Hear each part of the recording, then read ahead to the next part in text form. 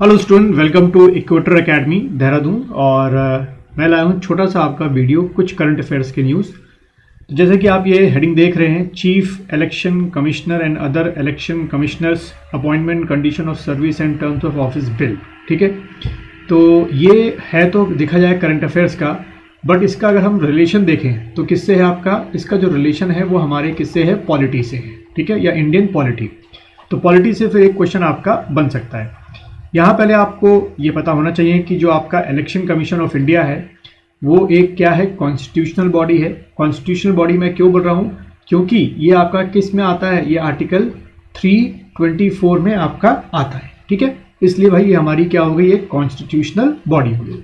अब अगर इस न्यूज़ को कुछ देखें हम लोग तो इस न्यूज़ में क्या क्या है कि ये जो बिल है आपका, it is said to be introduce in the Rajya Sabha. ठीक है, राज्यसभा में इंट्रोड्यूस आपका है। दिस बिल इजंट जस्ट ये छोड़ देते हैं, it represent a comprehensive vision of electoral reform. तो ये जो बिल है एक तरीके का इलेक्टोरल रिफॉर्म को लेके आएगा। और इस रिफॉर्म में क्या क्या है उसको डिस्कस कर लेते हैं, जो आपके एग्जाम में पूछ सकते हैं। इसमें क्या हो रहा है कि एक सिलेक्शन कमेटी बनाई जा रही है। ठीक है, या जो प्रपोजल है इस बिल में उसमें ये है कि एक सिलेक्शन कमेटी बनेगी। और ये जो सिलेक्शन कमेटी होगी, it appoints the chief election commissioner comes recommended by a what selection committee. तो इसमें जो हमारे क्या है, चीफ जो इलेक्शन कमिश्नर हैं उनके अपॉइंटमेंट की बात यहाँ पर क्या हो रही है बच्चों, रखी गई। इसमें रखी गई द प्राइम मिनिस्टर। जो ये सिलेक्शन कमेटी होगी इसका आपसे क्या पूछ सकते हैं बच्चों, इसका आपसे they will ask you the what composition. आपसे कंपोजिशन जो है वो पूछा जा सकता है, जिसमें कहा गया है कि जो फर्स्ट मेंबर होंगे वो प्राइम मिनिस्टर होंगे एज अ चेयरमैन के तौर पर। जो सेकंड मेंबर होंगे लीडर ऑफ अपोजिशन होंगे from the house of the people. यानी कि कहाँ की बात हो रही है, लोकसभा की बात हो रही है। यानी कि इसमें जो है किसका रिप्रेजेंटेशन नहीं रखा गया है, राज्यसभा का रिप्रेजेंटेशन नहीं रखा गया है। और जो थर्ड आपके इसके मेंबर होंगे वो कोई भी यूनियन कैबिनेट मिनिस्टर होंगे which is chosen by the prime minister. ठीक है, तो इस तरीके का क्या होगा आपका 3 मेंबर की ये क्या होगी, सिलेक्शन कमेटी होगी। फिर इस कमेटी के बारे में earlier the supreme court under the leadership of justice KM. Joseph had ruled in favour of the selection committee for election commissioners. This committee would also comprise the chief justice of India. ठीक है, और जब उस समय ये बात चल रही थी, at least until parliament bring a dedicated law into effect.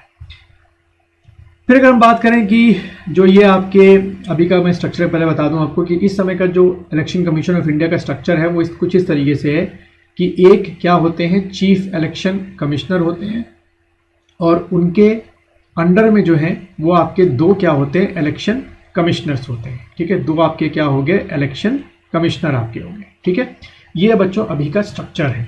उसी स्ट्रक्चर को बात की गई है, द कैंडिडेट फॉर सीईसी जो मैंने बताया, और EC should have a position equivalent to a secretary.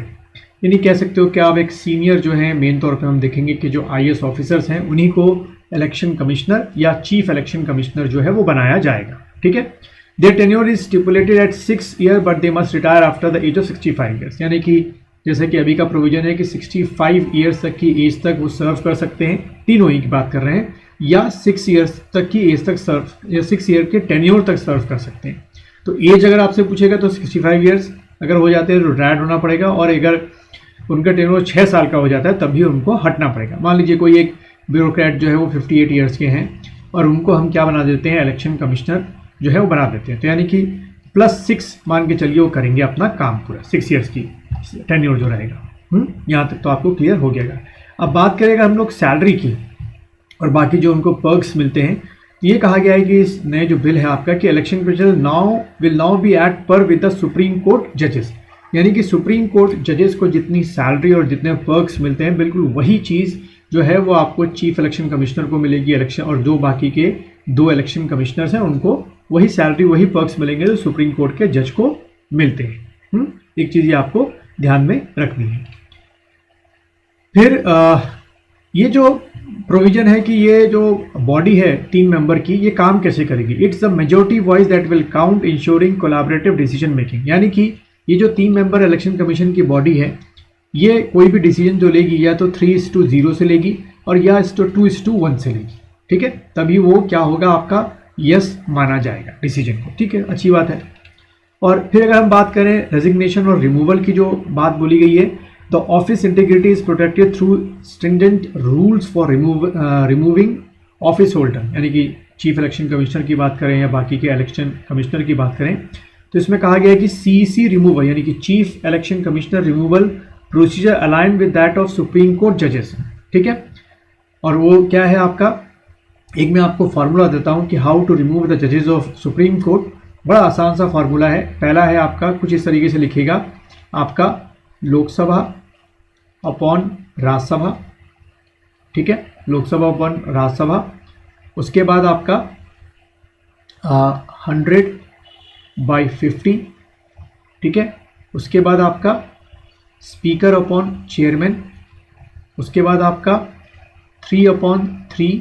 उसके बाद आपका 2/3। उसके बाद आपका 2/3 और उसके बाद आपका प्रेसिडेंट, ठीक है।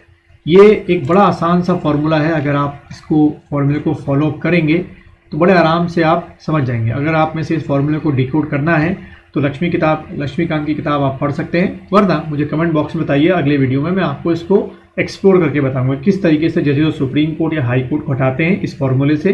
बिल्कुल इसी फॉर्मूले से आप किसको हटाएंगे, चीफ इलेक्शन कमिश्नर को हटाएंगे। बाकी यहाँ पे बोला है कि बात की गई है क्या, the CEC hold the authority to recommend the removal of the election commissioners, यानी कि जो आपके सीईसी हैं वो बाकी को हटा सकते हैं, ठीक है। चलिए।